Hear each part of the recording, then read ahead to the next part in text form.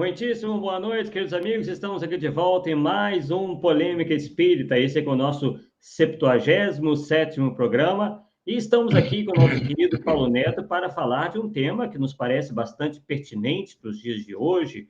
Muitos têm falado em anticristo, que nós estaríamos vivendo tempos apocalípticos, que seria a nossa última oportunidade, que vai acontecer isso, que vai acontecer aquilo. E o Paulo Neto nos traz esse estudo cujo título é Apocalipse, Autoria, Advento e a Identificação da Besta. Boa noite, Paulo Neto. Boa noite, Arthur. Boa noite, Marlene. Boa noite, Cláudio. Boa noite, Matheus. Eu sei que esse tema é mais que polêmico, viu, Arthur? Mais que polêmico. Mas uma coisa tem que ficar bem claro, e assim eu gostaria de deixar isso de pronto, é que eu não tenho intenção de combater quem pensa de forma diferente que eu. Do que eu vou falar aqui, a forma que eu vou apresentar, você vai ver que não vai bater com muito que se fala no movimento espírita. Tá? Na verdade, esse texto original já está praticamente com é mais de 9 anos que eu escrevi, né, o texto original, até hoje, já passou por muitos acréscimos. Eu não escrevi voltado para o movimento espírita, vamos dizer assim, é o que se falava no movimento espírita. Eu mais fiz em função dos debates que eu comecei a participar com pessoas de outras religiões. Sim. Né? Aí toda hora Apocalipse saía, e a minha intenção era mostrar que muitas vezes que fica agarrado aos textos e os textos não têm o que eles acham que tem. Né? É tipo aquele negócio assim, mas que espetismo é proibido da Bíblia, cita lá Deuteronômio 18, 9 a 13. Tá?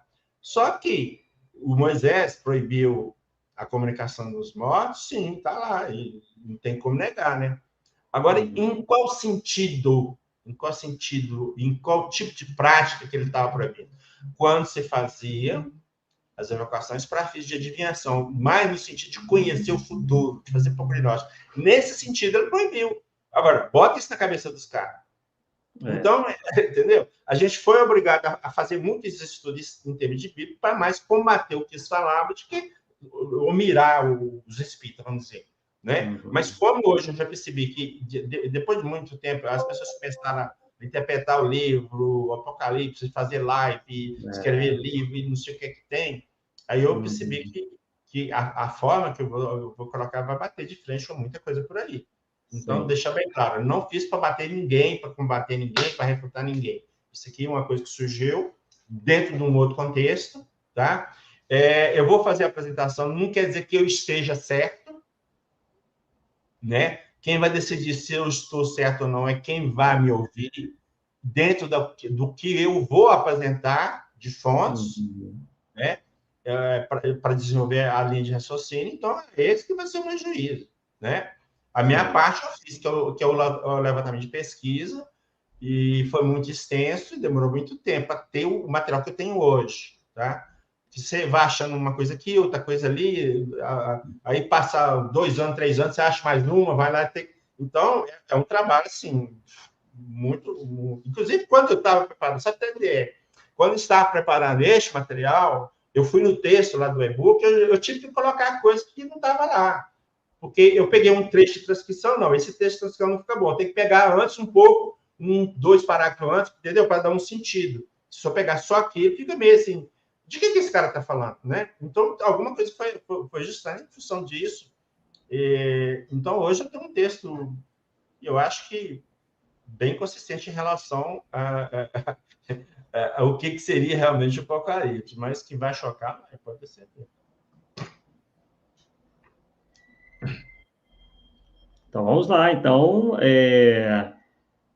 já colocamos aí os slides aí para o Paulo, que vai falar, né, a parte primeira aí do tema Apocalipse, autoria, advento e identificação da besta.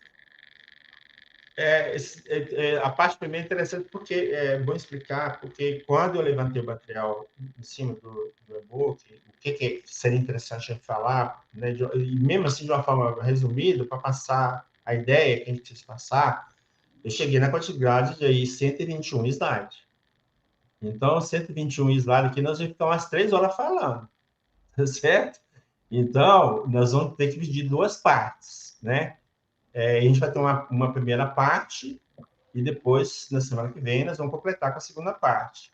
É óbvio que não adianta a pessoa assistir a segunda parte se não assistir a primeira, porque vai ficar uma coisa meio perdida. Então, para quem for assistir posteriormente, tem que assistir as duas, porque o conjunto é que vai te dar uma visão daquilo que eu pesquisei e do que eu encontrei nas pesquisas, ok? Deixar bem claro também, porque amanhã a pessoa vai assistir e tem que ter isso em mente, né? Então, vamos lá. A nossa frase inicial é de Kardec, está publicada na Revista Espírita de 1868. Eu tive que fazer só um ajuste dela, não está literalmente como eu vou falar aqui, mas a ideia é essa, tá? Porque eu gosto de colocar justamente que, como fala, mas eu ia ter que cortar muita coisa para dar o sentido que ele falou, mas o fundamento é esse que está aqui na frase, tá? Não é literal, não, tá? O Espiritismo é uma doutrina liberal, emancipadora da inteligência, inimiga da fé cega. Eu acho isso aqui fantástico, porque justamente a questão da lógica, do bom senso, e não tem que acreditar porque Paulo falou, porque Kardec falou, porque não sei o que. Nós temos que acreditar porque tem lógica, né? E essa lógica está sustentada por fatos ou por elementos que né? E vamos sustentar essa lógica. Porque tem escrito, não serve. Só porque tem escrito, não serve, né? Então, vamos lá. Então, os tópicos. Vamos fazer uma introdução.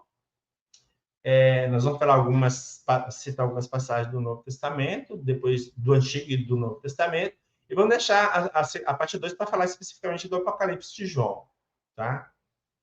Aí nós vamos tentar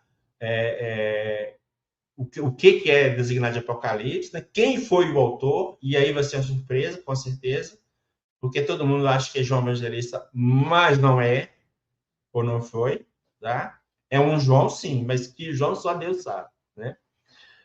De que trata o gênero literário apocalíptico? Seria sempre coisa para acontecer no futuro longínquo? No futuro, tudo bem, mas longínquo? Esse é o ponto. Né? 2000 anos depois? 3, 4? Fica o problema.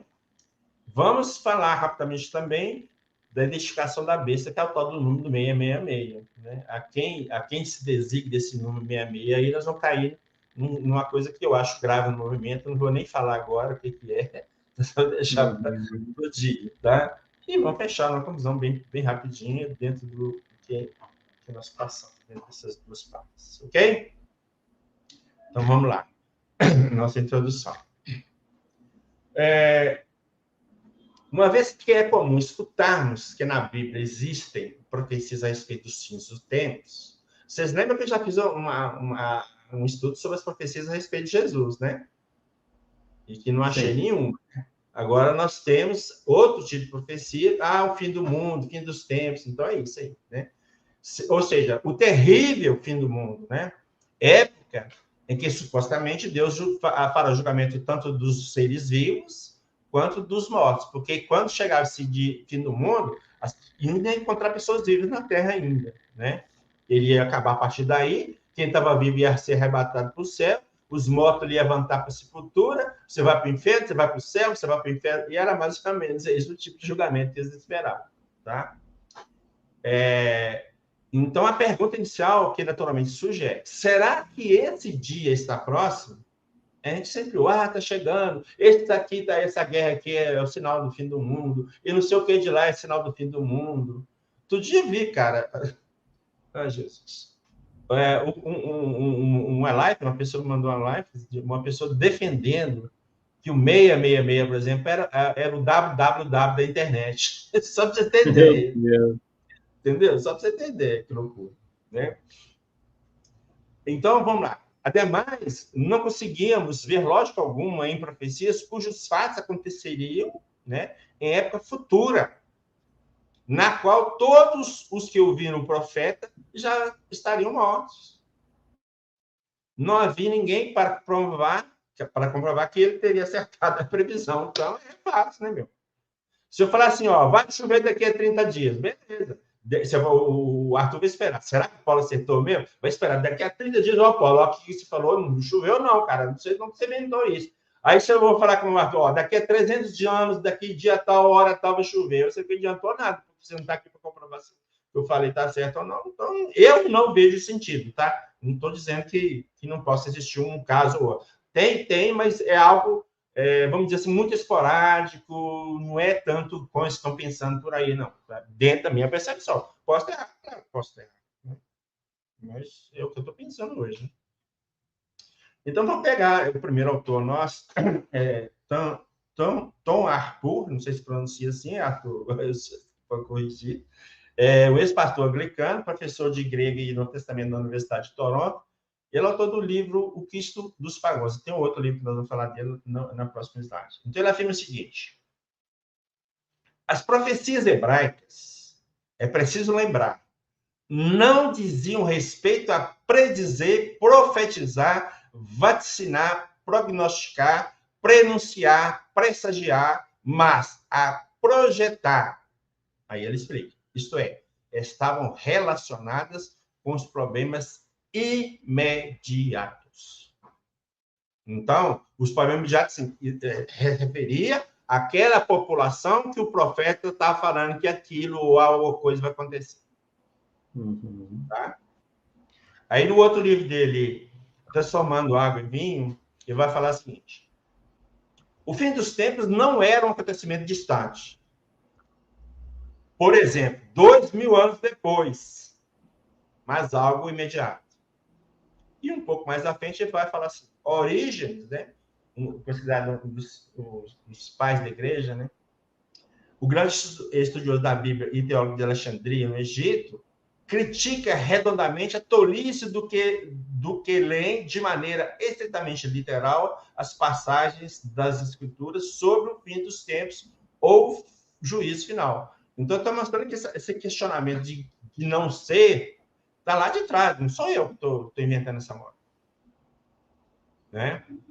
E tem um livro do Contra Celso, Origem Contra Celso, e tá cheio. A gente vê que ele realmente de escritura, né? Ele argumenta o tempo todo, ele usa passagem, cita passagem o tempo todo nessa obra aí que ele escreveu, refutando o Celso, né? É muito interessante, inclusive. Bom, aí nós vamos no dicionário. Aqui no caso, o dicionário Roares. Apocalipse. Então, a definição seria qualquer dos antigos escritos judaicos ou cristãos, especialmente o último livro canônico do Novo Testamento, atribuído a São João, que contém revelações, em particular, sobre o fim do mundo, e apresentadas quase sempre sob uma forma de visões. Essa é a ideia que é predominante. Todo mundo, quando se fala, o fim do mundo, tudo simbólico, nem se discute, né, Arthur? Porque sai de baixo. Muito simbolismo, muito mesmo. A segunda definição aí, eu não vou ler todas, mas só essas que eu marquei, obra ou discurso obscuro, escatológico e aterrorizante. Escatológico é justamente essa doutrina do fim do mundo, as pessoas que vão estudar a questão do fim do mundo, então, tem tudo a ver com E a última, que vai assim, gigante cataclismo, fim do mundo. Então, o ponto central, a minha percepção do Apocalipse, é a questão de estar falando, entre aspas, do fim do mundo. É o que se percebe do entendimento, né, das percepções das pessoas.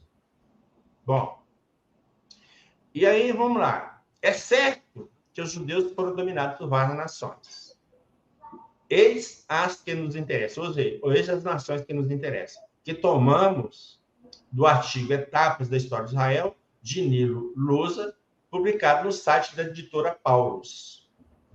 Então, entre 587 a 538 a.C., os judeus foram dominados, foram exilados da Babilônia.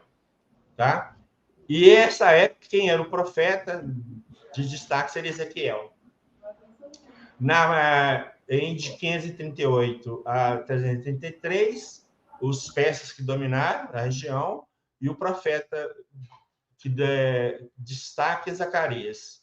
E de 533 a 165 a.C., nós temos os gregos, que aí aparece o profeta Daniel, que é o livro que contém o Apocalipse do Antigo Testamento. A visão é essa, né?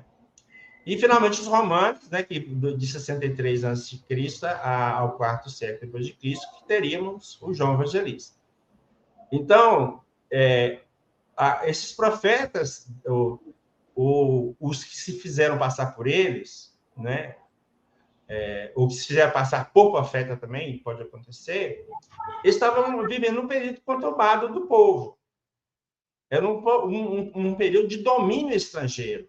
Então, toda a fala deles está relacionada a esse contexto histórico.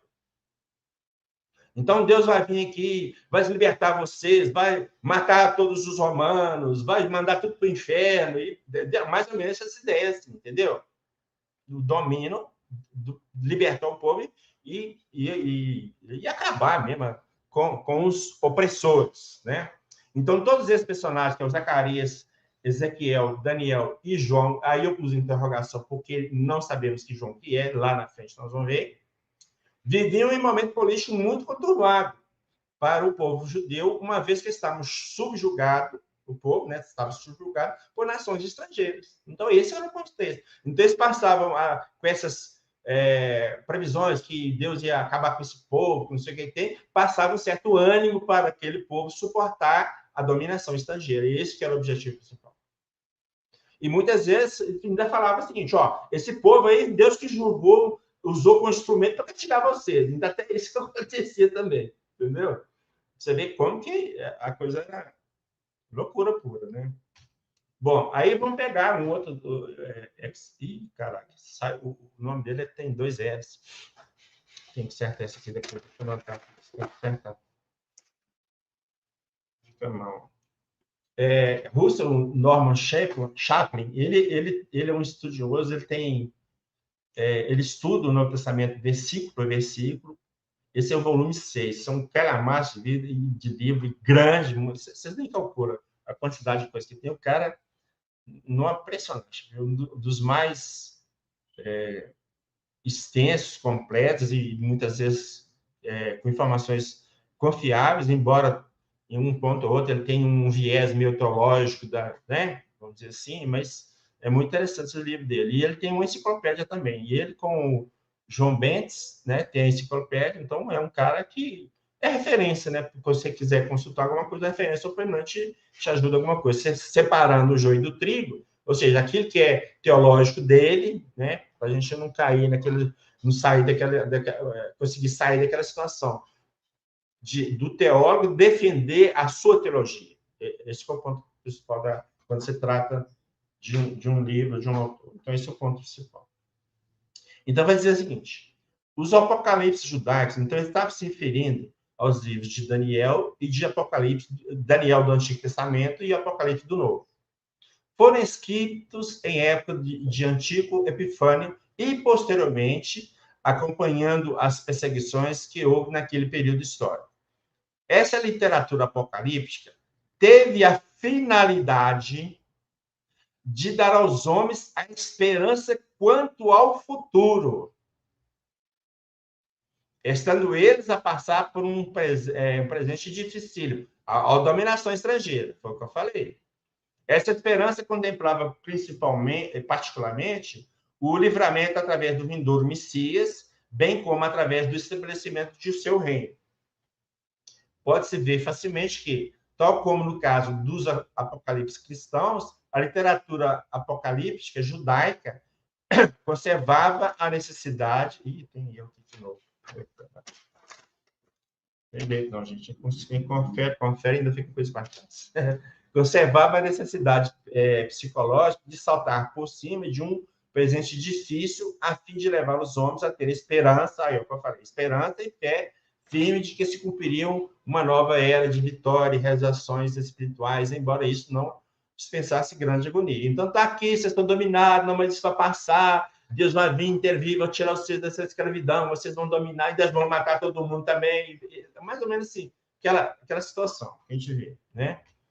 Aí continua aí. A literatura apocalíptica tem um propósito presente, ou seja, é para algo presente, não para um futuro longínquo. Pode ser um futuro, mas em relação àquele pessoal, um futuro próximo, vamos dizer assim, 10 anos, 20 anos, mas não mais que muito tempo, assim, daqui a 100 anos, porque já não é nesse sentido.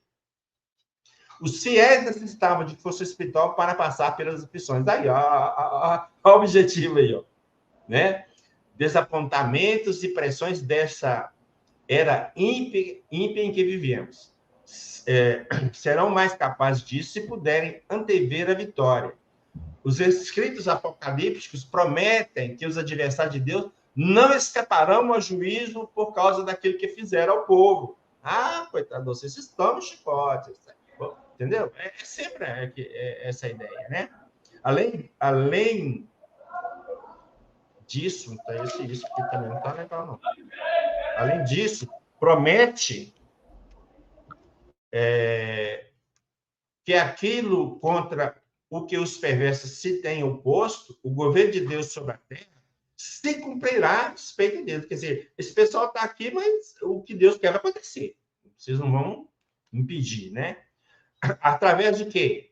De juízos haverão de reconhecer a mão de Deus na história. Então, esse povo que está oprimido vai ter que entender que Deus comanda a história e vai fazer juízo. O juízo é julgamento, né?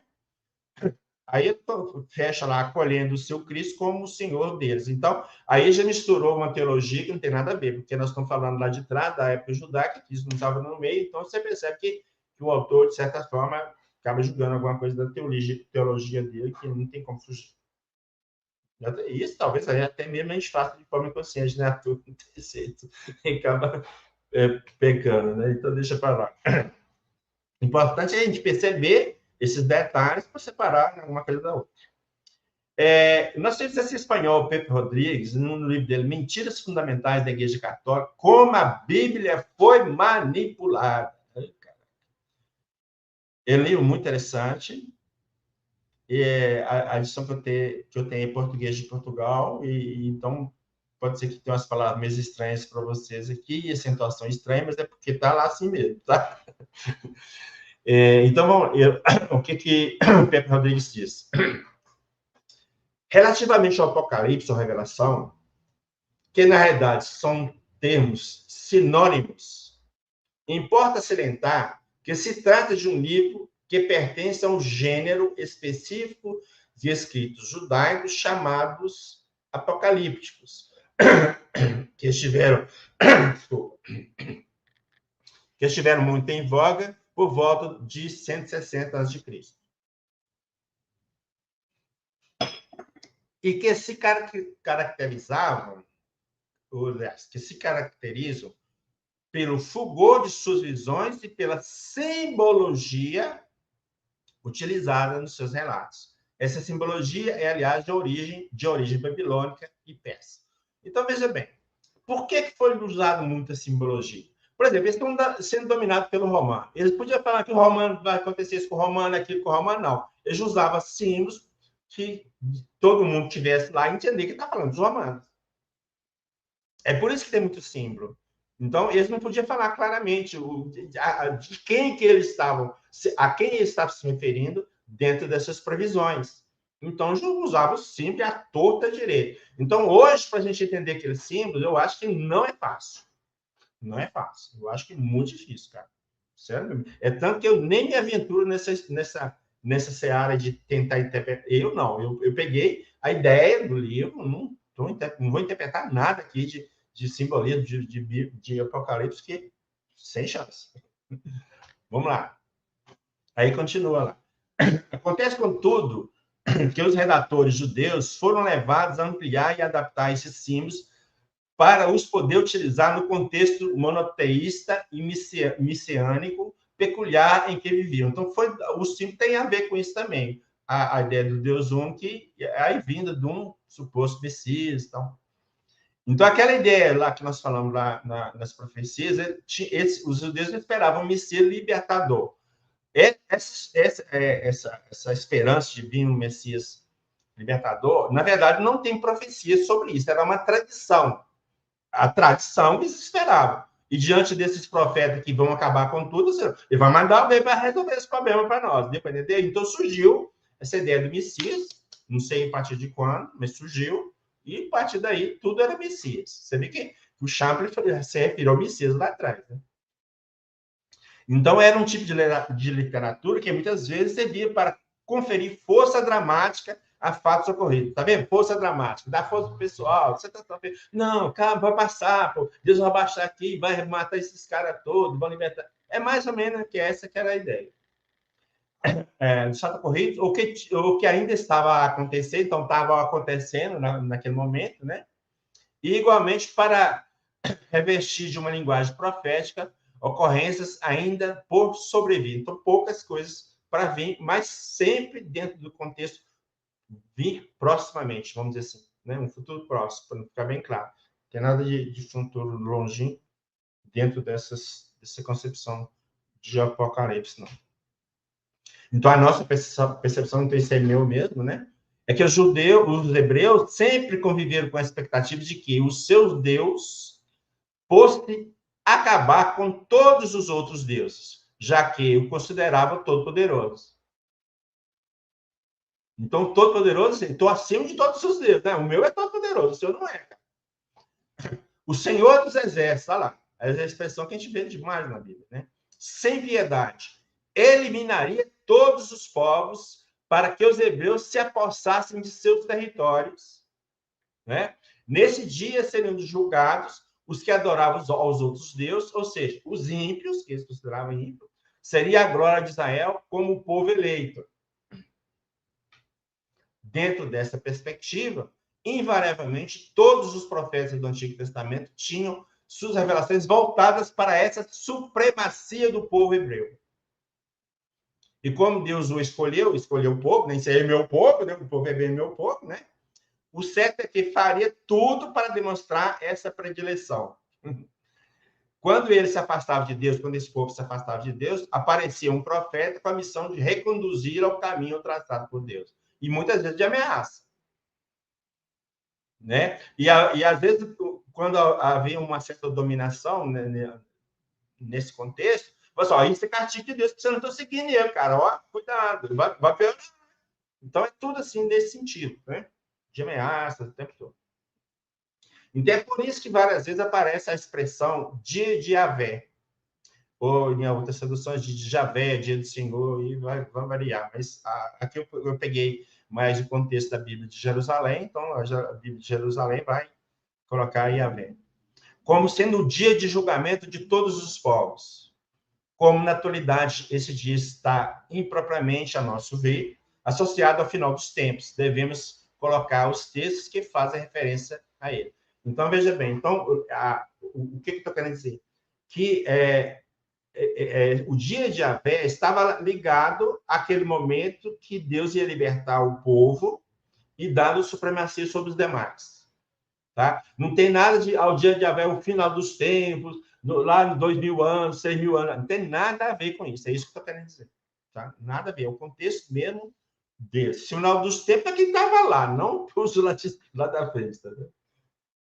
Bom, então vou pegar aqui, por exemplo, a Bíblia Sagrada Vozes, onde ela vai definir o dia do Senhor, que é o dia de Yahvé, né? É o dia que Deus vem para julgar. Este dia, em geral, é visto como um dia de punição para os pagãos. E exatamente começa com essa ideia. Mas depois passa para ser a punição ao próprio povo de Israel. Você vê que muda no meio do caminho, né? Para os inimigos de Deus e de seu povo. E de salvação para Israel, aí cita Isaías, Ezequiel e a nota de Joel. Ezequiel, e nota e Joel. Mais tarde, os profetas anunciaram o dia do Senhor como punição também para Israel. Então mudou totalmente o conceito. Era uma coisa e passou para outra. Para quem a eleição divina não é uma garantia incondicional. Aí cita Amós, 2 passagens a nota. Segundo o Novo Testamento, este dia vai coincidir com a vinda gloriosa de Cristo, para o qual se volta toda a esperança cristã. Olha de novo, joga Cristo meio que não tem nada a ver. Né? Então, nós estamos falando lá de trás. Olha, citou só texto do Antigo Testamento. Isso não tinha nem que ter nessa história, mas como eu disse, então tem aquela parte teológica que tem embutida nos textos que a gente tem que saber, né? Prestar atenção para não cair. Bíblia de Jerusalém. Aí vai falar o seguinte. Deixa eu anotar mais uma coisa para você. Aí vai citar o livro que foi citar. Amós é um dos profetas, né? Que nós vamos citar aqui no texto dele. Capítulo 5, versículo 18.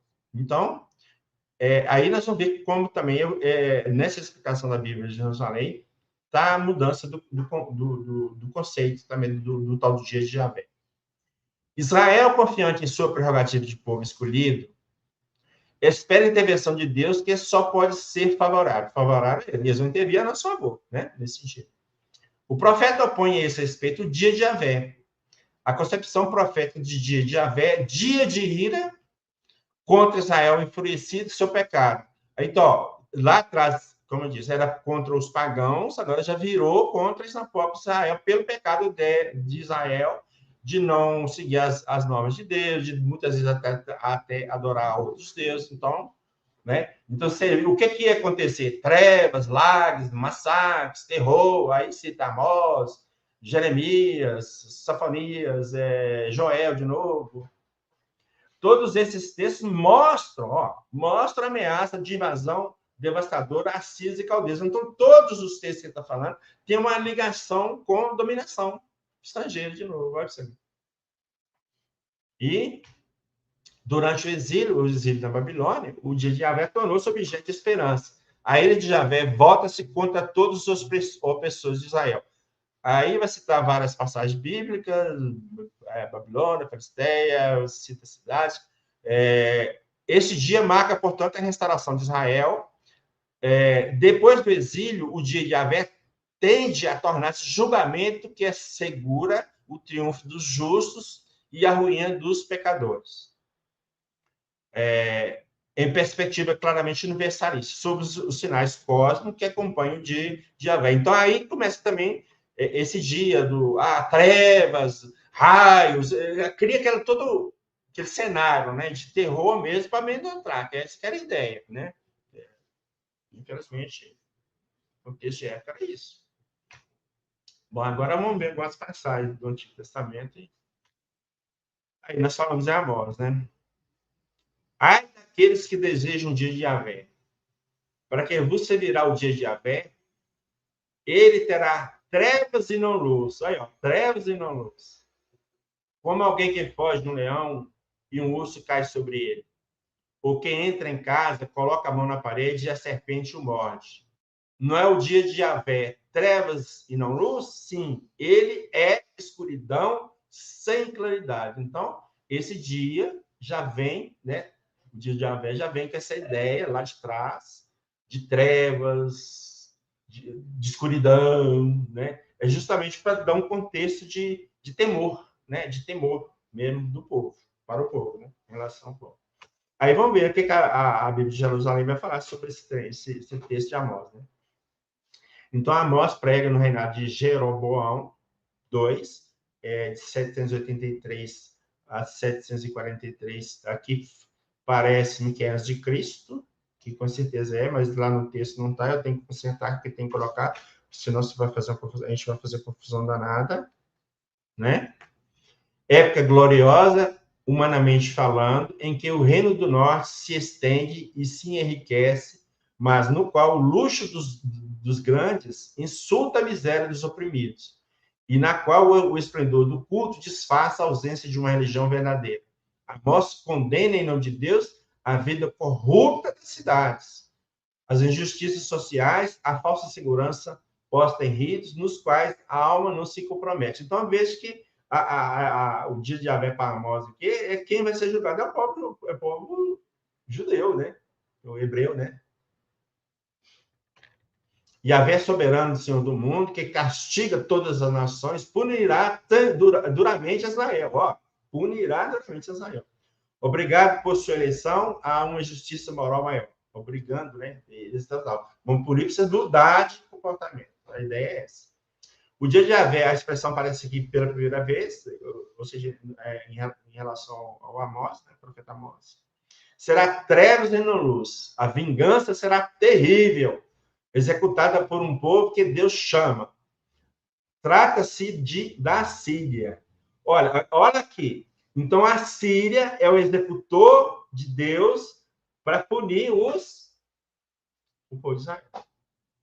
Foi exatamente isso que eu falei. Né? Que não é mencionada, mas ocupa o horizonte do profeta. Então, ele viveu nessa época da dominação e está falando nesse sentido. Todavia, Amós dava uma pequena esperança, a perspectiva de uma salvação para a casa de Jacó, para o resto, que é esse de José. Né? Bom, então, esse não seria todo mundo, mas tem um pessoalzinho aqui que vai salvar, né? Como diz, não é para todo mundo. Mas então tá aí a ideia que eu disse lá atrás de um povo dominar Israel como castigo divino, como deu para entender? Então é isso que fica bem claro nessa explicação da Bíblia de Jerusalém. Isaías. Visão que teve Isaías, filho de Amós, filho de Amós, nós falamos do Amós, né? A respeito de Judá e de Jerusalém. Dias virão. Então, quando fala dias virão, assim, breve, um futuro, vai chegar, né? Alguma coisa vai chegar ainda, né? Ok? Em que o monte da casa de Yahvé será estabelecido no mais alto das montanhas e se alcançará acima de todos os outeiros. A ele acorrerão todas as nações, muitos povos virão, dizendo: vinde, subamos ao monte de Yahvé, a casa de Deus de Jacó, para que ele nos instrua a respeito de seus caminhos e assim andemos nas suas veredas. Com efeito, de Sião que se refere a Jerusalém, né? Sairá a lei e de Jerusalém, de Sião que é Judá, né? Porque ele vai falar de Jerusalém, sairá a lei e de Jerusalém a palavra de Yahvé. Ele, meu Deus, julgará as nações, corrigirá muitos povos. Uma nação não levantará a espada contra a outra e nem aprenderá a fazer guerra. Andemos na luz de Yahvé. Então, assim, é dentro do contexto daquele também de dominação, de julgar as nações, tá vendo? Sempre aparece isso, ou o povo de Israel ou outras nações que estão dominando, né? Sempre tem função, e sempre isso, gente, não é coisa futura, futuro longínquo, tá?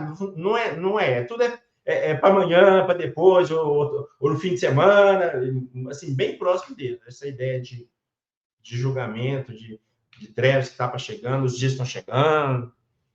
Aí vamos voltar lá na Bíblia de Jerusalém. O profeta Isaías nasceu por volta de 765 a.C., em 1740, ano da morte do rei Osias, ele recebeu, no tempo de Jerusalém, sua vocação profética. Então, com 20 anos de idade, se viu profeta, né? Começou, né? A missão de anunciar a ruína de Israel e Judá, como castigo das infidelidades do povo. Exerceu o ministério durante 40 anos, dominados pela ameaça crescente que a Síria fazia pesar sobre Israel e Judá. Quer dizer, não estava não, mas estava lá na porta para dominar. Olha você ver. É o contexto. Em outras palavras, também é fato da época, não sendo, portanto, para um futuro longínquo, né? E aqui, só para a gente situar, né, que toda hora fala de reino de Israel, de Judá e tal, é que essa região era dividida em 12 tribos, né? E depois que chegou num tempo, aí as tribos se uniram, formando o reino de Israel ao norte, e a turma que estava no sul fizeram o reino de Judá, né? Então, por isso que fala reino de Israel e Judá, mas esses dois é o povo hebreu, de qualquer forma, tá? Pode citar um ou outro, é a mesma coisa, só para ter essa ideia, que senão dá a impressão que são povos diferentes, mas estou falando do meu povo, que estava naquela época dividido em 2 reinos, só isso. Então, na Bíblia Sagrada Basta, nós vamos contar o seguinte: nos últimos dias, ó, para saber como que as explicações fogem da Bíblia. Todo o período do Novo Testamento, desde a vinda do Cristo até o fim do mundo, é chamado na Sagrada Escritura os últimos dias, porque depois dele não virá outro tempo, mas só a eternidade. Essa explicação foge completamente da realidade, não é interpretação moldada àquilo que o autor acreditava, ou seja, o julgamento final, que ocorrerá no suposto fim do mundo. Então, muitas vezes, a gente tem uma dificuldade muito grande de entender os textos, justamente porque quando a pessoa, lá, o tradutor ou o escritor está lá falando e quer dar uma explicação, a explicação dele está cheia de teologia que ele vive, de conceitos que ele vive, e não é fácil, não é fácil se sair desse contexto aí para enxergar a realidade dos fatos de uma outra ótica. Miqueias. Acontecerá no fim dos dias que a montanha da casa de Javé estará firme no cume das montanhas e ele a levará acima das colinas. Então, povos afluirão para ela, para casa, né? Virão numerosas nações e dirão: vinde, subamos a montanha de Javé para a casa de Deus de Jacó. Se você observar, esse texto tem uma característica muito forte com o de Isaías, que nós acabamos de ler. Ele tem uma semelhança muito grande. Né? Eu falar de montanha, no alto e tal. Ele nos ensinará os seus caminhos e caminharemos pelas suas vias. Lá falava suas veredas. Olha, você é impressionante. Porque de Sião usou esse termo lá, sairá a lei, e de Jerusalém sairá a palavra de Israel. Aí que é o problema. Quem copiou quem? Alguma coisa aconteceu aqui, porque está muito parecido, cara. Não tem jeito. Quando você começa a ler, você não, é o mesmo texto lá. Quer ver? Aqui. É isso. Olha lá. É quase que a mesma coisa. Mudou as palavrinhas aqui, mas não. Né? Eles forjarão de suas espadas arados e de suas lanças podadeiras. Uma nação não levantará espada contra a outra nação e não se prepararão mais para a guerra. Aí vamos lá na explicação de Miqueias, da editora Ave Maria. Aí, coerentemente, né, a editora Ave Maria, né, a Bíblia Sagrada da editora Ave Maria, coerentemente nos informa que esses 3 versículos, porque aqui esse de Miqueias são 3 versículos, só que é 1 a 3, né? Encontram-se quase textualmente Isaías 2 e seguinte, capítulo 2 versículos seguintes. Aí como diz, quando você lê você fala, é o mesmo que esse, cara. E aí fica assim, será que Miqueias é profecia mesmo ou alguém pegou, copiou o que Isaías falou, replicando Miqueias? Entende? Aí que você fica na dúvida. Porque os 2 profetas falando a mesma coisa, não existe isso, cara. As palavras praticamente as mesmas, sabe? Pelo menos o fundamento, o teor, o fundo da mensagem, vamos dizer assim, é o mesmo. Então, que difícil. Aí na Bíblia de Jerusalém. Nada sabemos sobre a vida de Miqueias, nem como ele foi chamado por Deus. É portador da palavra de Deus, a qual é, antes de tudo, uma condenação. Yahvé instaura o processo de um povo e acha o culpado. Pecados religiosos, sem dúvida, mas, sobretudo, faltas morais. O castigo está decidido no meio de uma catástrofe mundial. Olha assim, o cataclisma no fim do mundo. Não sei o que tem, o mar vai encher, vai fogo, não sei. Entendeu? É sempre essas ideias de alguma coisa a nível, vamos dizer assim, da natureza, mas dramático, para matar muita gente de uma vez, tal. E sempre na nível mundial, tá vendo? Aqui já está brandando, né? Yahvé virá julgar e punir seu povo. Quer dizer, se o povo judeu que era o povo dele, por que ele fazer uma enchente mundial, por exemplo? Né? Aí não, meu, né? Não é justo, né? Fizesse só pro povo dele, né? Então você vê que as coisas não batem, para mim não bate, sinto muito. Anuncia da ruína de Samaria e das cidades da planície em que vive Miqueias, e até mesmo a ruína de Jerusalém, que se transformará num montão de escombros. Então, veja bem, aqui a gente já está percebendo que Miqueias não está falando nada do futuro, já está limitando. Está falando de quê? De Jerusalém e da cidade de Samaria. É a descrição disso aqui, entendeu? Bem localizado. Que muitas vezes no texto a gente não entende, mas quando a gente pega a nota que eles vão explicar aquele texto, já fica assim, opa, peraí, a coisa não é um evento futuro, daqui 100 anos, sei lá. É Sofonias, então, agora. Está próximo do grande dia de Yahvé. Aí esse grande dia de Yahvé sempre visto como, né, o fim do mundo, passou a ser visto como o fim do mundo. Ele está próximo, é iminente, um dia de ira, aquele dia. Dia de angústia, de tribulação, dia de devastação e de destruição. Dia de trevas e de escuridão. Repete, está vendo? A ideia lá do dia trágico, tenebroso. Para amedrontar mesmo, essa é a ideia, né? A ideia é essa mesmo. Dia de nuvens, de negritude, de trombeta, de grito de guerra contra as cidades fortificadas e contra as ameias elevadas. Que isso? Afligirei os homens e eles cairão como cegos, porque pecaram contra Yahvé. Então, olha você vê. Então, é um castigo divino porque as pessoas pecaram contra Deus. É isso que esse grande dia. No dia da cora de Javé. Gente, pensa, vê lá atrás falou dia de ira, dia da cora de Javé, mas Javé tem cora e ira? Caraca, meu, que é isso? São sentimentos que a divindade não tem de jeito nenhum. Eu até brinco, Arthur, tipo assim, eu brinco com as pessoas assim, às vezes, dependendo do contexto da palestra. Né? Aí eu pergunto às pessoas só de propósito, Deus perdoa? Aí todo mundo, não, Deus perdoa. Eu falo assim, não perdoa porque não se ofende. Os caras tomam um susto. Mas não ofenderam, cara. Você pode fazer o que você quiser. Você não vai tirar, vamos dizer assim, no popular, tirar Deus do sério. Mas nunca. Então Deus não vai ter ira, não tem vingança, não tem nada disso. Isso é coisa de humanos que nós passamos para ele. Infelizmente é isso. Não tem nada a ver com Deus, né? No fogo, ó, fogo, ó, do fogo do seu zelo, ó, fogo. A ideia, né? Do seu zelo, toda a terra será devorada. Olha, toda a terra. Pois ele destruirá, sim, ele exterminará todos os habitantes da terra. Meu Jesus.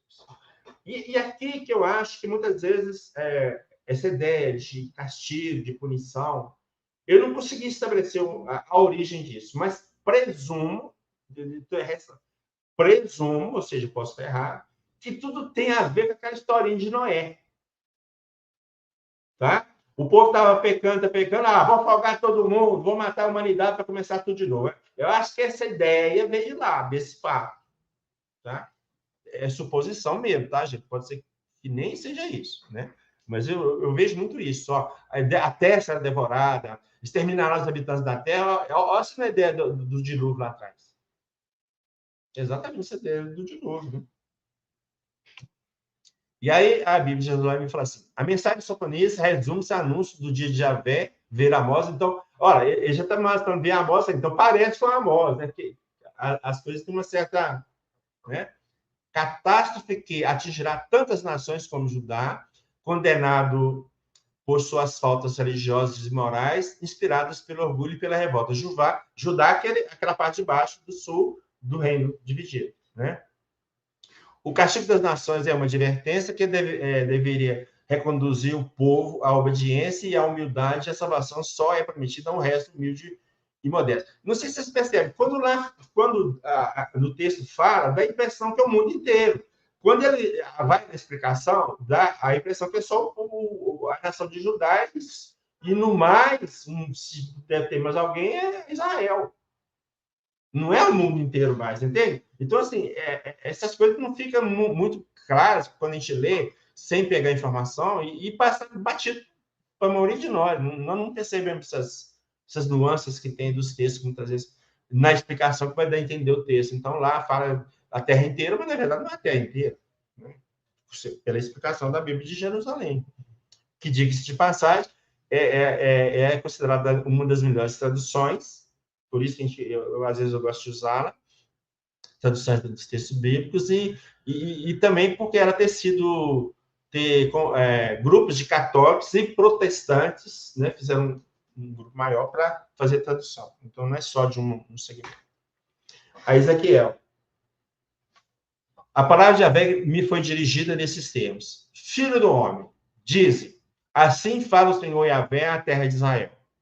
O fim chegou, o fim para os quatro cantos da terra. Então, observa, ó, o fim chegou para Israel, quatro cantos da terra. Então, já ampliou para o mundo inteiro. Tá vendo assim a ideia? Então, mas é o que dá lá, mas na verdade não é isso. É para eles mesmo, não passa deles. Agora chegou o teu fim. Ó, chegou o teu fim. Fim do mundo, Né? Tudo fica aí embutido nessa ideia, né?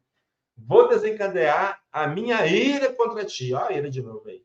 E te julgarei de acordo com o teu comportamento. Beleza, julgar de acordo com o comportamento é que deve ser feito mesmo, né? A cada um segundo as obras de Jesus, né?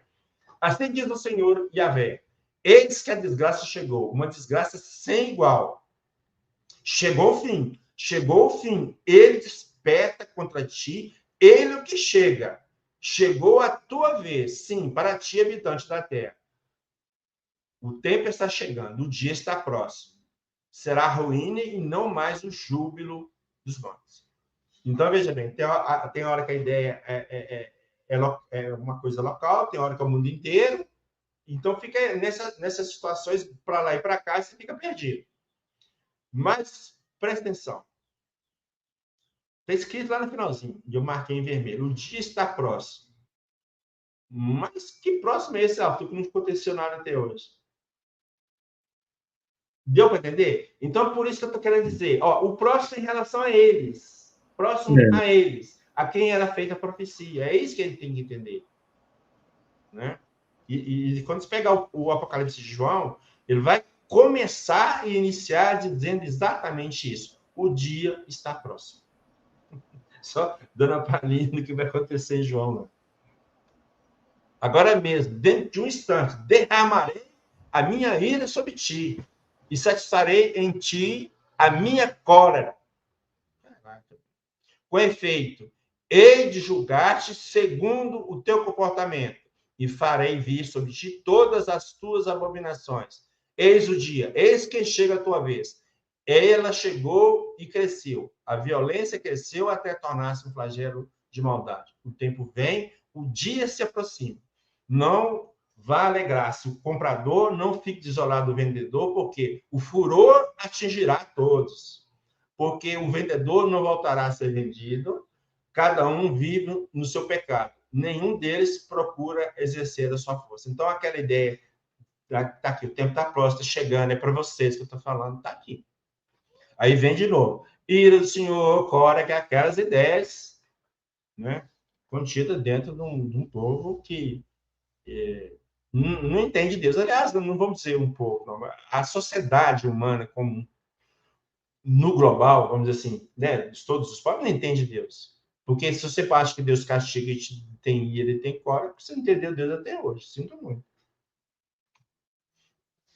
Aí na Bíblia Sagrada, vamos lá. Este oráculo de Ezequiel se dirige à terra de Israel. Opa, então não é a humanidade inteira, não, tá vendo? Aí quando você pega nas explicações, as coisas ficam muitas vezes mais claras. E aí cita o versículo 1. Isto é, a população do país, não do mundo. O tema geral é o dia do Senhor, ou seja, o dia de Yahvé, né? Que está às portas. Então, está chegando, né? Daqui a pouquinho já começa a acontecer. Já começa até a escurecer, né? Neste dia, o Senhor julgará o seu povo e porá fim à existência do reino de Judá, destruindo Israel. O trecho hebraico está mal conservado. Aí ele coloca. Então, observe o seguinte, que lá atrás, o dia do Senhor está ligado ao julgamento das nações que estavam dominando os hebreus. Agora já está ficando mais definido que é contra eles também. Né? Então, isso aqui a gente consegue perceber. Esse é Zacarias de novo? Não. Zacarias. Eu já falei lá atrás. Eis que eu venho de Yahvé, quando em teus seios serão repartidos os teus despojos. Reunirei todas as nações contra Jerusalém para o combate. A cidade será tomada. Então, veja bem, o dia de Yahvé aqui vai ser o quê? Deus vai escolher uma nação e vai mandar em cima de Jerusalém para combater, para acabar com a cidade. Essa que é a ideia. Né? Aqui está mais para a destruição de Jerusalém do que né, o fim do mundo.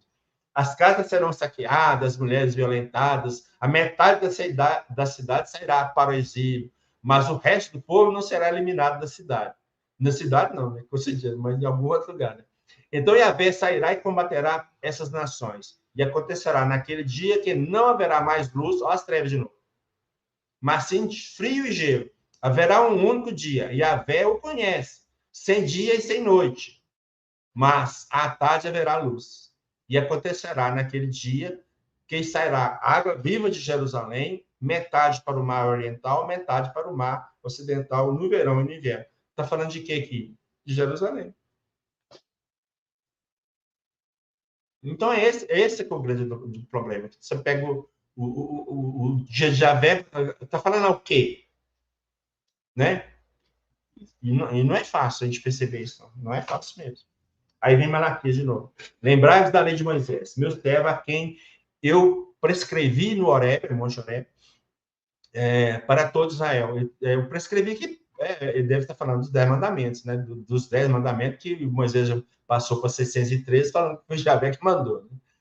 Eis que eu vos enviarei Elias, o profeta, antes que chegue o dia de Javé, grande e terrível. Ele fará voltar o coração dos pais para os filhos e o coração dos filhos para os pais, para que eu não venha ferir a terra com anátema. Dia de Javé, de novo. Só que esse texto de Malaquias tem um detalhe. Jesus, ao se referir a João Batista, ele vai dizer mais ou menos isso aí, é deste aqui que as profecias dizem. Então, aqui, Malaquias está prevendo a volta do profeta Elias. E Jesus identifica que Elias, ó, esse cara que Malaquias falou que ia voltar, é o João Batista. E olha assim, o grande e terrível dia. Então, pensava que ele voltaria dentro daquela visão de julgamento, de castigo, entende? Sempre dentro disso aí, dentro dessas ideias. Que permeia o tempo todo. Aí achei um provérbio, achei interessante. Então, a luz do justo é alega, a lâmpada dos ímpios se apaga. Acreditamos, né? E aí é meu mesmo, né? Que, em função do teor deste provérbio, é que passaram a entender o dia de Javé como trevas, né? Dia com trevas, já que a luz está relacionada a justos, né? A luz do justo. E, por consequência, a escuridão aos maus. Ora, nesse dia, a ira de Javé será descarregada contra os maus, segundo imaginável. Tá certo? Essa que era a ideia, né? Da situação. Isaías. Eis o dia de Javé, que vem implacável, e com ele o furor ardente da ira, reconduzindo a terra à desolação e dela extirpando os pecadores. Terra inteira? Ou o local, ou a religião, ou a região, ou Israel, ou Judá. Entende? Esse é o ponto. Né? Com efeito, olha aqui a descrição. Olha a descrição agora. Com efeito, as estrelas do céu e Orion não darão a luz. Olha as trevas aí, ó. O sol se escurecerá ao nascer. Vai nascer, vai ficar escuro. Apagar, né? Igual a lâmpada que você desliga lá. A lua não dará sua claridade. Não dá mesmo. Apagou só a lua, não dá claridade. Tem jeito. Né? Punirei o mundo, ó, por causa da sua maldade, e os ímpios por causa da sua iniquidade. Porém, fim, a arrogância dos soberbos, humilharei a altivez dos tiranos. Aí volta a perguntar, será que esse punirei o mundo, ele está falando do mundo inteiro? Ou ele está falando do mundo deles? É aquela velha questão. Então, como muitas vezes a gente não consegue separar essa ideia de algo local para algo global, universal, a gente faz essa confusão danada. Então, quando está falando do mundo, é o mundo inteiro. Não tem nada a ver. Aqui está falando uma coisa local, não tem nada. Não tem nada de mundo aqui. Mundo, né? Como se fosse a Terra inteira, nesse sentido, né? Aí, Ezequiel, aqui tem duas passagens aqui. Com efeito, está próximo dia de Javé. Será um dia de nuvens, ó, de nuvens, né? O sol tampar, nuvens, não um dia escuro, né? Em Táfnis, o dia se tornará em trevas. Aí já citou outro lugar. Quando eu quebrar ali o cedro do Egito e cessar as forças presunçosas. Aí vem Ezequiel 32. Ao morrer, descobrireis os céus e escurecerei as suas estrelas. Cobrirei o sol com as nuvens e a lua não dará a sua luz. Só voltando aqui. Olha lá, tá vendo? A lua não dá lá a luz. Olha, você vê que a semelhança das previsões dos profetas. Né? É muito grande. Escurecerei todos os arcos do céu por tua causa. E espalharei as trevas sobre toda a terra. Oráculo de Javé. Então, quando a gente vê essa semelhança entre os profetas, é aí que fica aquela questão que aquela dúvida para mim que é atroz, né? Quem copiou quem? Obviamente que o mais novo copiou o mais antigo, né? Não tem jeito. Então, aí não sabe até que ponto, como eu disse, é uma profecia mesmo, ou aliás, é algo que o profeta falou, ou se foi algo que colocaram na boca que aquele profeta falou, pegando o que um outro lado de trás falou, entendeu? Sai fazendo aquela mistura de que negócio aqui complicado. Joel. Tocai a trombeta de Sião, dai alarme em minha montanha santa. Tremam todos os habitantes da terra. Ó, tudo de novo, de habitantes da terra. Então, dá aquela ideia do universal de novo, né? Porque está chegando o dia de Yahvé. Sim, está próximo um dia de trevas e de escuridão, um dia de nuvens e de obscuridade. A ideia é a mesma. A ideia é a mesma. Acontecerá naquele dia, oráculo de Yahvé, que eu farei o sol declinar em pleno meio-dia e escurecerei a terra em um dia de luz. É impressionante, cara. Aqui nós fechamos o Antigo Testamento, então, com as coisas poucas do Novo Testamento, e já estamos caminhando para o final também, tá, gente? Mais uns 15 minutos aqui a gente termina. Aí, Mateus, capítulo 24. Saindo do templo, Jesus disse-lhes: está vendo tudo isso? Em verdade vos digo, não ficará aqui pedra sobre pedra que não seja demolida. Então ele está falando do quê? Do templo. O templo será derrubado, o templo de Jerusalém será derrubado. Estando ele sentado no Monte dos Oliveiras, os discípulos se aproximaram dele e a sós, dizendo: diz-nos quando vai ser isso, e que sinal de tua vinda e da consumação dos tempos. Veja bem, Jesus não falou nada de vinda dele, nem de fim de mundo, ele está falando da destruição de Jerusalém. Então, isso que aparece no texto, assim, para mim, totalmente fora de contexto. Enfiar aqui, sabe, sinto muito, não tem jeito. O princípio das dores, Jesus respondeu: havereis de ouvir sobre guerra e rumores de guerra. Então, olha, a guerra não é o fim do mundo. Então, nós estamos tudo dentro desse padrão, né? Entendeu? Cuidado para não vos alarmardes. É preciso que aconteça, mas ainda não é o fim. Opa, graças a Deus, tem uma luz no fim do túnel. Já não é o fim mais, né? Tá vendo? Pois se levantará nação contra nação e reino contra reino. E haverá fome e terremotos em todos os lugares. Tudo isso é o princípio das dores. Mas de que Jesus está falando? Será que ele falou isso mesmo? Ou será que não pegaram e enfiaram na boca dele? Eu não sei. Eu fico sempre com o pé atrás. Né? A Bíblia Sagrada Pastoral vai explicar. Esse texto, nós estou comentando esse texto, tá? A explicação desse texto.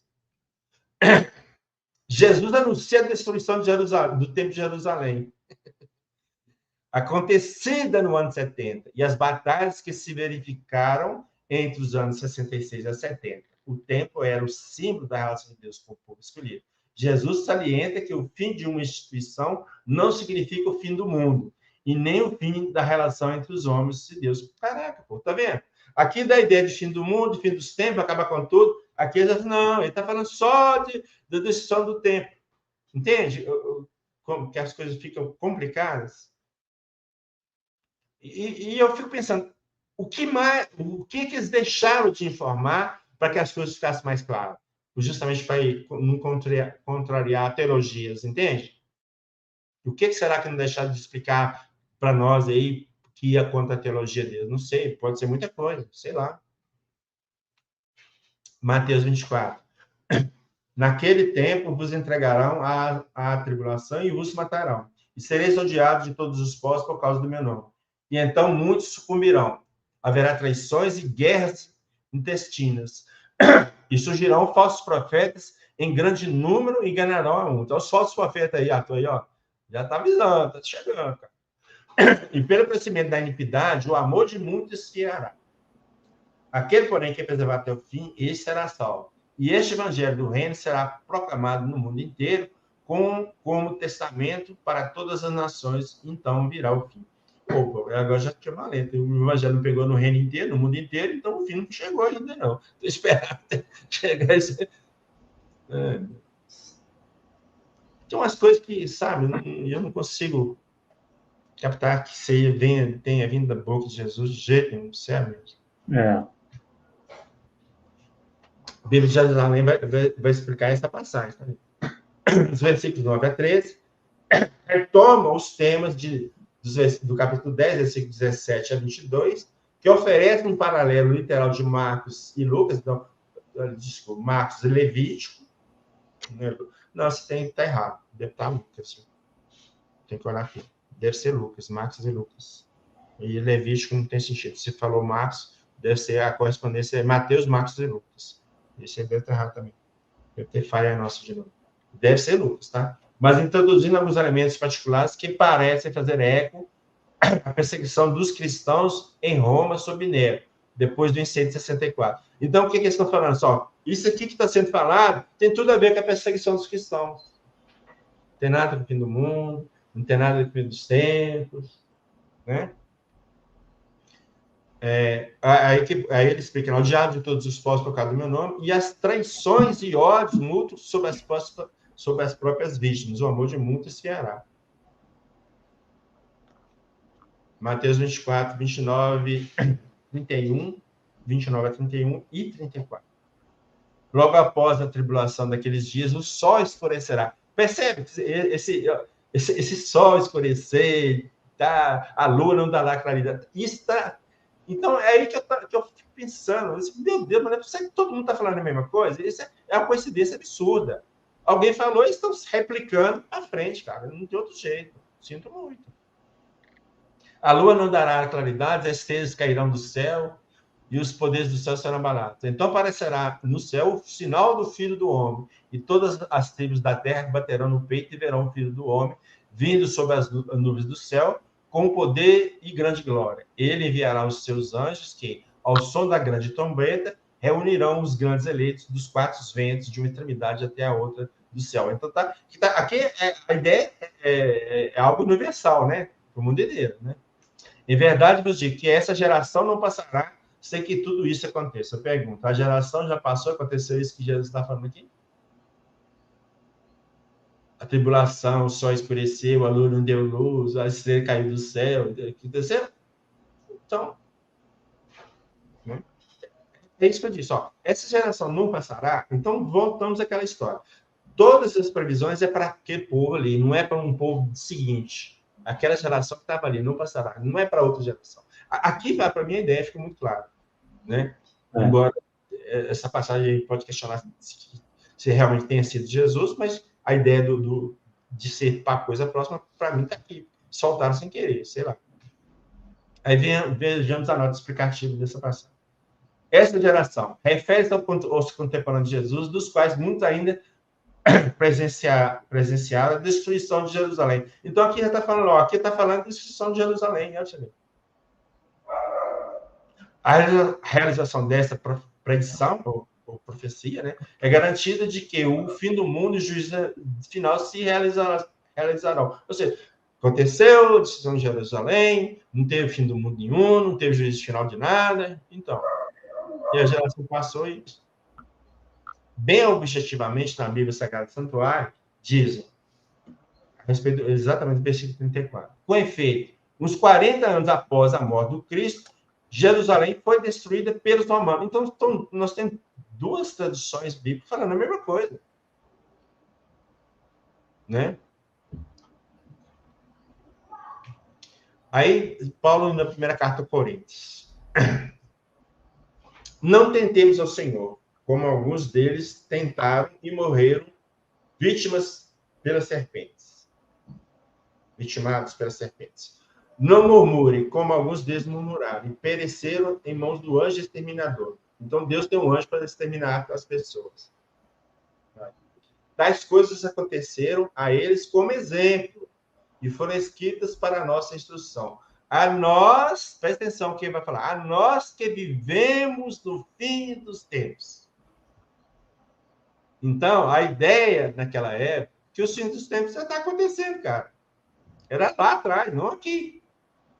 ou mais para frente, né?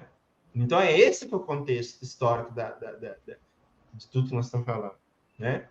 Aí Pedro vai falar assim, agora é estranho que não vos entregueis à mesma torrente de perdição, e vos cobre de injúrias, mas disto hão de dar contas àquele que está prestes a julgar os vivos e os mortos. Eis porque o evangelho foi pregado aos mortos, também aos mortos, a fim de que sejam julgados como os homens na carne, mas vivam em espírito segundo Deus. O fim de todas as coisas está próximo. De novo, tudo aquela situação, proximidade, não tem nada para frente, nada. Levai, pois, uma vida de autodomínio e de sobriedade, dedicada à oração. Aí explicando, a Bíblia Pastoral explicando essa epístola de Pedro. Em todo o capítulo 4, transparece a mentalidade apocalíptica, isto é, a convicção de que se aproxima o fim dos tempos. Então, é o que eu falei. Então, naquela época, eles imaginavam, só os tempos estão acabando aqui, o fim do mundo está aqui. Quando se dará a luta final entre o bem e o mal, a vitória definitiva do bem e o julgamento de Deus sobre os homens. Essa expectativa provoca a firme resistência daqueles que são perseguidos por não quererem se deixar levar pelo mal. Firme resistência. Então, fortalecer, animar as pessoas, fortalecer as pessoas. Né? Eles se encorajam na luta pelo bem para poderem participar da vitória final e se apresentar como testemunhas fiéis no julgamento. Aí, voltando lá no Pepe Rodrigues. Jesus não perdeu um minuto sequer a organizar uma seita ou uma igreja. Por quê? Como, de fato, o que disse com clareza meridiana, estava convencido de que o mundo, tal como era conhecido, estava a chegar ao seu termo, ou seja, o seu termo, seu fim. Termo este, aliás, que correria num lapso de tempo inferior a uma geração. Essa geração não se passará, né? Em verdade, aí, inclusive, vai falar, é verdade, que há alguns dos que aqui estão, que não provarão a morte antes da vinda do reino de Deus. Aí continua Pepe Rodrigues. A crença na eminência do juízo final e na substituição do mundo pelo reino de Deus era, de fato, partilhada por muitos judeus de então, que, durante grande parte do século I, mantiveram os olhos fixos na proximidade deste momento. Veja-se o próprio Paulo, a primeira carta de Coríntios, capítulo 10, considera esse final dos tempos como contemporâneo, quando escreve: todas essas coisas lhe aconteceram em figura e foram escritas para nos instruir. A nós que estamos chegando ao fim dos tempos. O mesmo se passou com Pedro, aquela que eu li para trás, não deixe de avisar. Está perto o fim de tudo. Sede, pois, discretos e sóbrios relativamente à oração. Pedro e Paulo, pilares básicos, ainda que opostos do cristianismo primitivo, não duvidaram da proximidade do fim, o que não impediu que muitos dos seus correligionários começassem a perder a paciência, à medida que viu passar os anos sem que se cumprisse a promessa de Jesus de voltar em breve e presidir ao dia desse fim. Então, assim, você está falando que chega ao fim do mundo, não chega, cara. Então, veja bem que aqui o Pedro Rodrigues está deixando claro, está citando dois da época de Jesus, né? Não, eles pensavam que estava vivendo o fim do mundo mesmo. E nem Jesus está preparando a coisa para lá para frente. Não, é bem próximo. Tá? Para mim, eu acho que foi muito claro. Não sei como vocês estão percebendo aí, mas aqui, então, nós chegamos no final da primeira parte. Eu pus só uma referência bibliográfica, gente, porque, na verdade, eu estou tirando tudo isso aqui desse e-book. Esse e-book já está no meu site, tá? Está lá para... É só entrar paulosneto.net, aí na página que abrir, você vai buscar e-books, clica aqui, vai na lista que você acha lá, põe em ordem alfabética, vai ficar mais fácil, acha, baixa, de graça, né? Não cobra nada. Tudo que eu falei aqui está lá, né? E o que nós vamos falar na próxima semana também vai estar lá, gente, porque aí, né? Então é isso aí, Arthur, que nós tínhamos para falar de hoje. O resto a gente completa na semana que vem, né? A gente não pode falar tudo de uma vez, né? Já foi 1h15, cara. Já pensou? Mais 1h.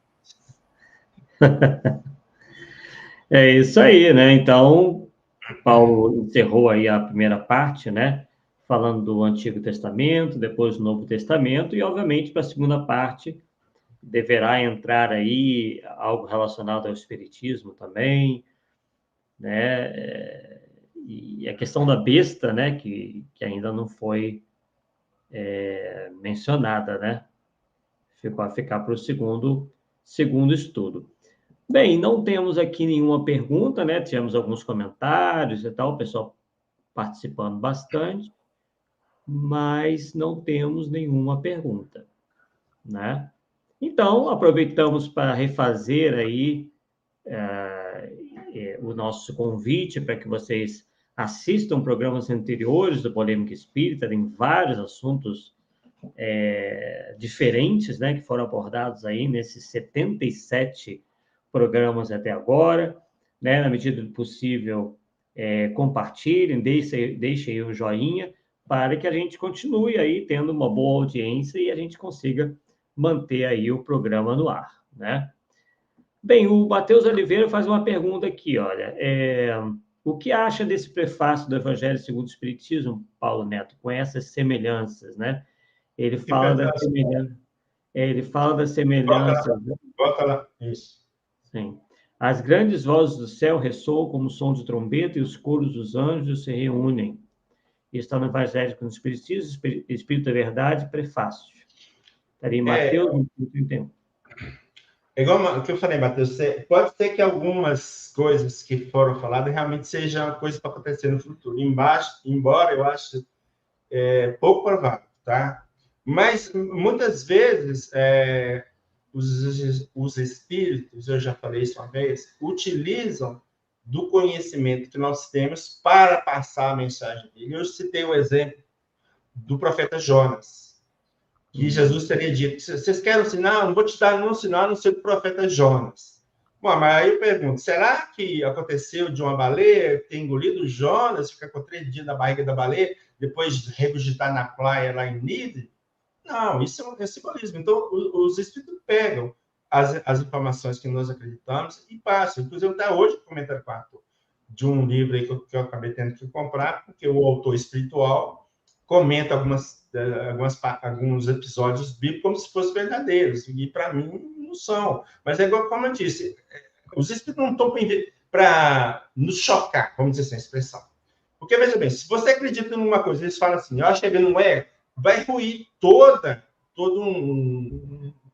uma coisa que você vem trazendo ao longo dos tempos, e pior ainda, pode não atingir só você, pode atingir toda uma coletividade.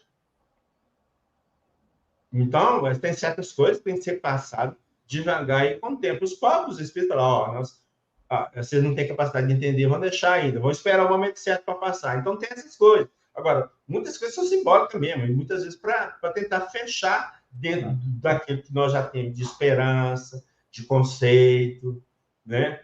E é isso aí que eu acho desse jeito, né? Quer completar aí? Eu acho que foi basicamente isso, quando respondeu a contento ali, acredito, né? Ele ainda cita, né? As estrelas caíram do céu e os poderes do céu serão abalados. O primeiro parágrafo da introdução do Evangelho segundo o Espiritismo, algo semelhante. Isso aí. Bem, pessoal, então, agradecemos aí a presença de todos, aqueles que estiveram aqui ao vivo e também aqueles que assistirão em outro horário, né? Mais compatível aí com a sua agenda, né? E na quarta-feira que vem, nós estaremos aqui de volta em mais um Polêmica Espírita, inclusive com a segunda parte desse estudo do Paulo, né? Falando sobre o Apocalipse. Então, um forte abraço a todos, boa noite, bom descanso e até a próxima, pessoal. Tchau, tchau.